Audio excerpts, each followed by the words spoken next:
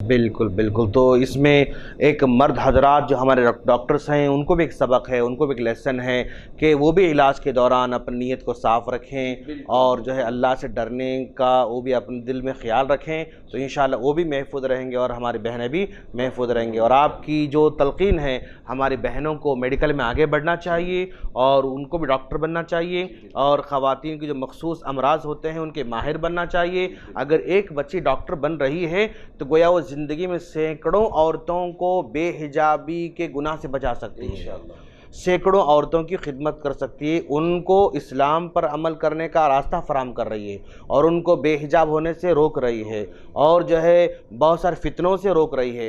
तो एक औरत का डॉक्टर बनना हमारे माशरे के अंदर बहुत ज़्यादा फ़वाइद का हामिल है। माशाअल्लाह आपके इन बातों से हम मुत्तफ़िक़ हैं। हम अल्लाह से दुआ करते हैं अल्लाह ताला हम तमाम को इस मेडिकल फील्ड में हमारी ख़वातीन को आगे बढ़ने की तौफ़ीक़ अता फ़रमाएँ और हर कदम पर अल्लाह से डर कर अपने ज़िंदगी गुजारने, अपने मसाइल को हल करने की तौफ़ीक़ अता फ़रमाएँ। और मज़ीद वीडियोज़ को देखने के लिए आप हमारे YouTube चैनल को सब्सक्राइब करें। फ़जज़ाकुमुल्लाहु खैरन।